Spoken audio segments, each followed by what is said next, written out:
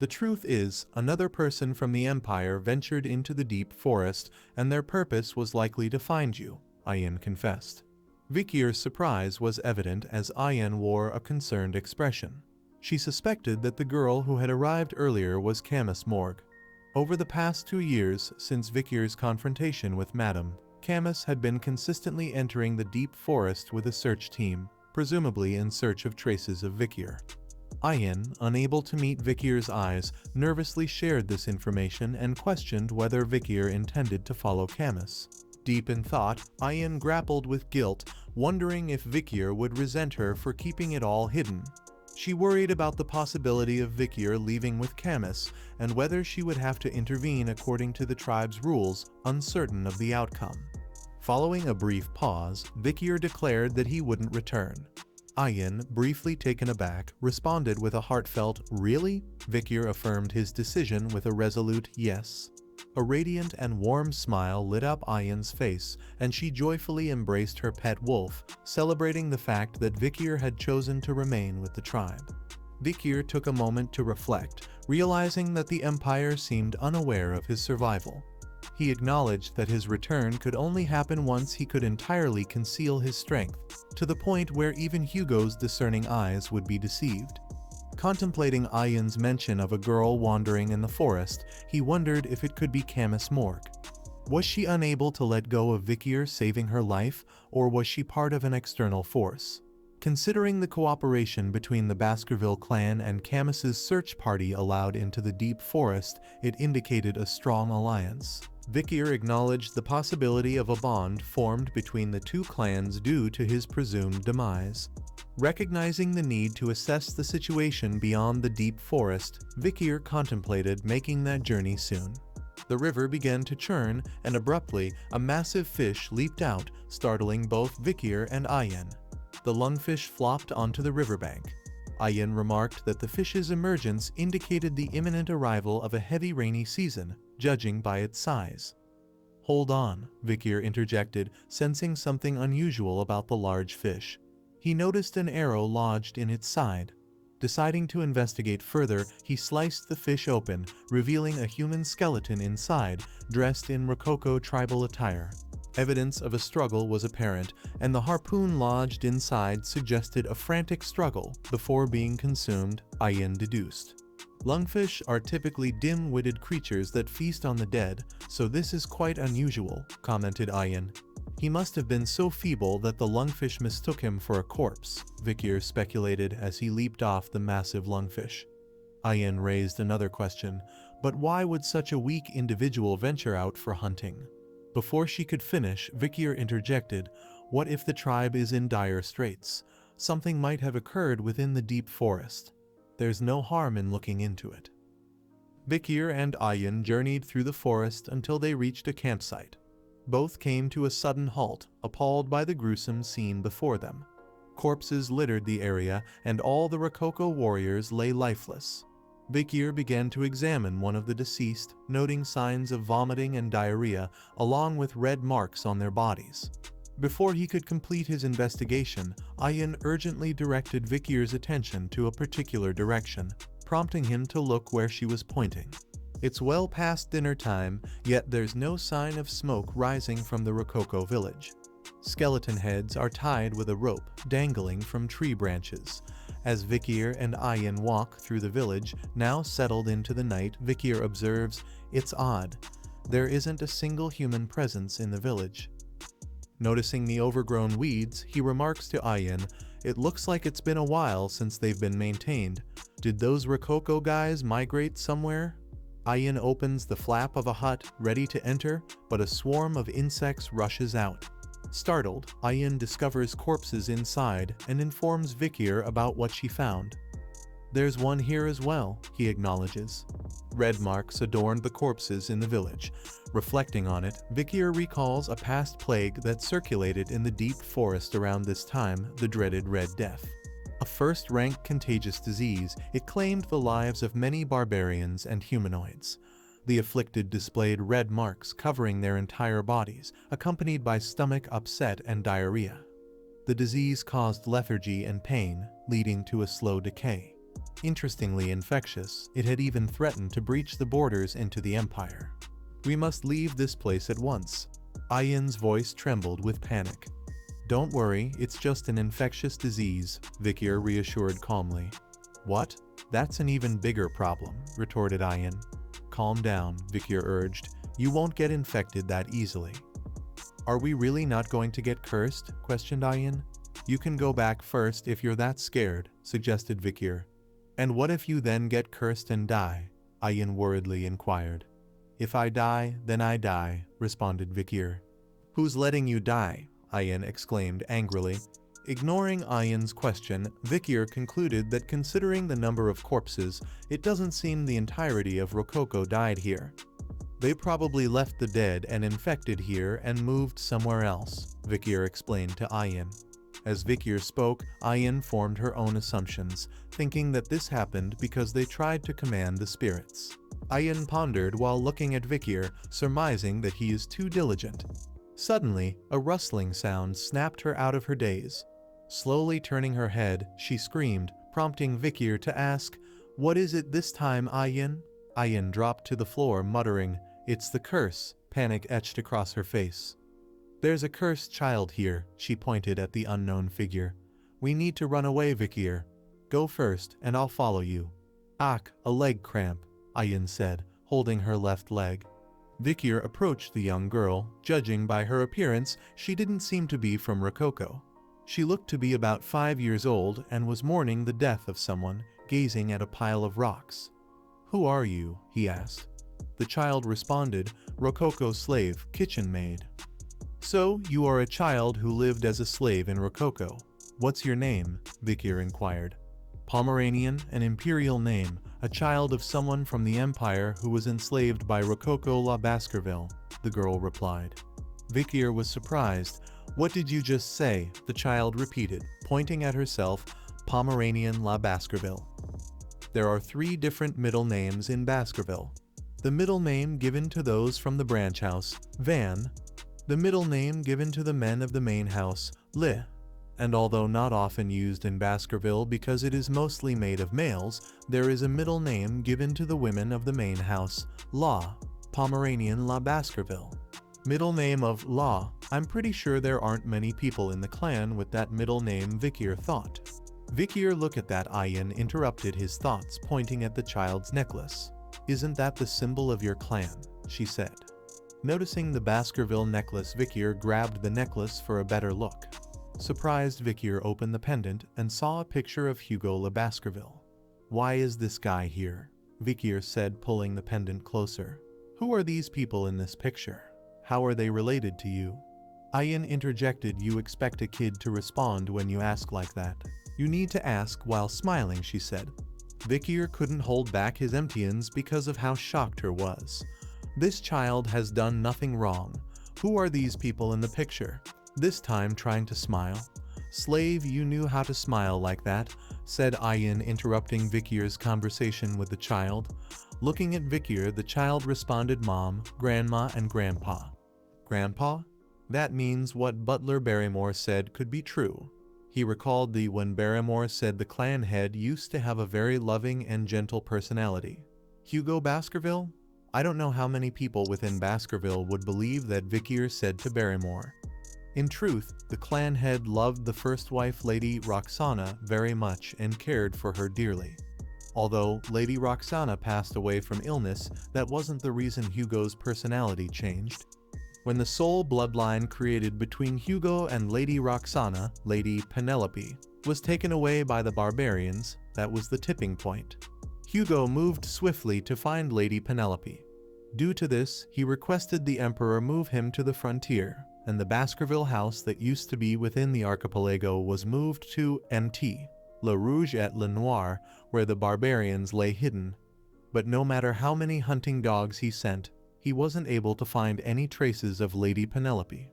As time passed, without being able to even confirm the life or death of Lady Penelope, the clan head ended up cold.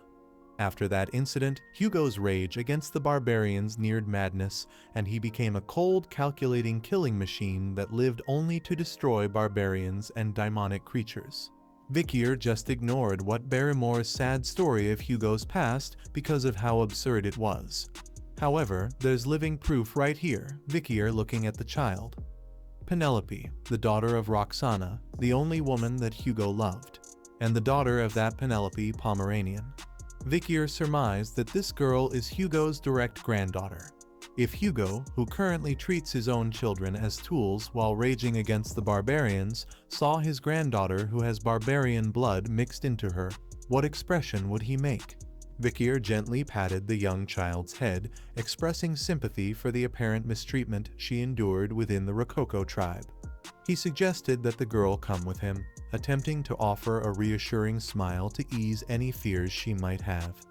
The little girl pointed at Vikir, noting that he had the same color hair and eyes as her mother. Vikir acknowledged that the members of the Baskerville tribe tended to share similar traits.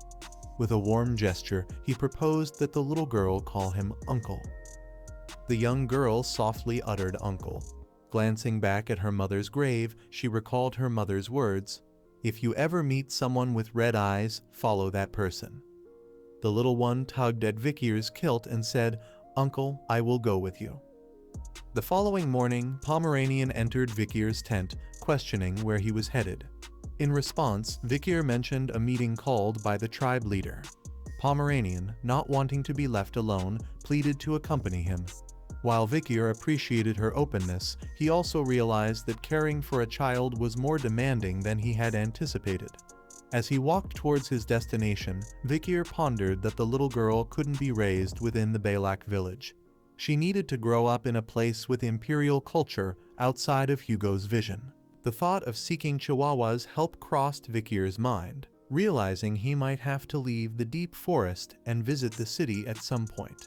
In the matriarch's tent, everyone assembled to discuss the ongoing issue. "So, there's a plague going around? The wet season is approaching. This is a problem," remarked the matriarch. The old shaman contradicted, stating, "Tribe leader, that isn't a plague but a curse. We can fix it if the curse is broken. This is the time for a great offering."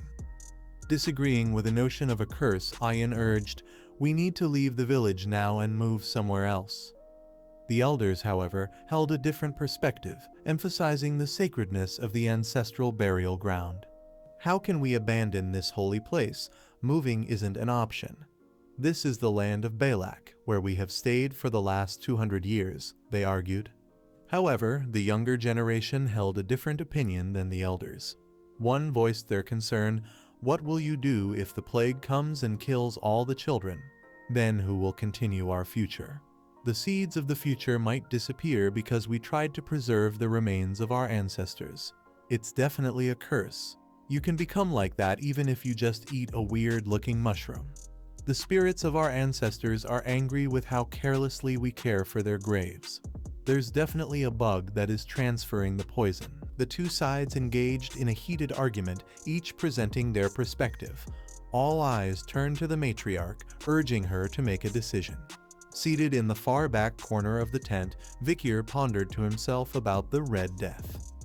This devastating plague rivaled the Black Death that had once inflicted irreversible damage upon the Empire. The Red Death spread rapidly, reaching even the Empire's territories. The Empire had been fortunate to be spared, thanks to Camus of the Morg clan erecting a wall of fire to contain its spread. Additionally, Saintess Dolores, dispatched by the divine holy clan Quo Vadis, employed her exceptionally potent holy power to eradicate the plague. However, the cure's effectiveness was limited to the Empire and most barbarians residing in MT. La Rouge et Le Noir and the Deep Forest succumbed to the disease. This situation played into the hands of the Baskerville clan. With the disappearance of the barbarian clans, which played a crucial role in the Deep Forest's ecosystem, lower-ranking daimonic creatures multiplied beyond their previous limits. This unleashed a wave of monsters, resulting in numerous civilian casualties. The Empire, recognizing the Baskerville clan's role as protectors of the border, sought their assistance in subduing these creatures. Ultimately, the Baskerville clan succeeded in safeguarding the border, catapulting Hugo's political influence to new heights. Vikir raised his hand to draw the matriarch's attention. "I know of a way to halt the Red Death." In the ensuing scene, a goblin is suspended by a rope and lowered into cold water. When the villagers pull him out, they realize the goblin has contracted Red Death. Subsequently, they throw the goblin into the fire. Ayin, joyfully addressing Vikir, informs him that all the goblins submerged in the infected water have now contracted Red Death. She questions Vikir about the transmission of Red Death through water. Wearing a mask, Vikir responds affirmatively, explaining that contaminated water is the primary cause of the infection. However, he reassures them that once the water is boiled, there shouldn't be any problem. Ayin's response is nonchalant, stating, "So boiling water is the solution, right?" Meanwhile, the goblins appear frightened by this revelation. Another goblin is immersed in boiling water, and when it is pulled out, Ayin observes that it dies immediately. Vikir swiftly responds, instructing them to put the goblin in cold water. The villagers follow the advice, submerging 2 goblins in cold water, and to their relief, they discover it's true. Even after some time, the goblins show no signs of contracting Red Death. The villagers rejoice, realizing they have found a way to combat Red Death, with water as the key. Vikir remains cautious, reminding them not to let their guard down. Responding to Aquila, the Night Fox, Vikir acknowledges the progress but emphasizes the need for continued vigilance. He explains that Red Death cannot enter through eyes or any mucous membranes, but can be transmitted through the respiratory system.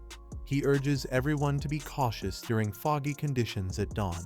Ayin playfully teases the shaman, recalling the earlier belief that Red Death was a curse.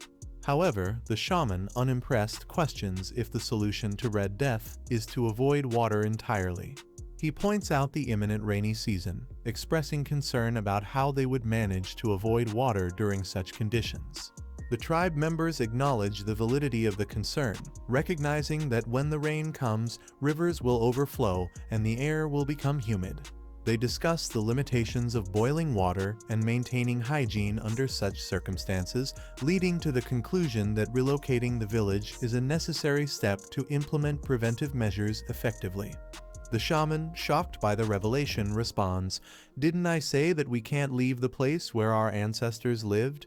Are you ignoring the words of the elders?" Vikir clenches his fist and firmly replies, "There is a method such that we don't have to move from the Balak territory."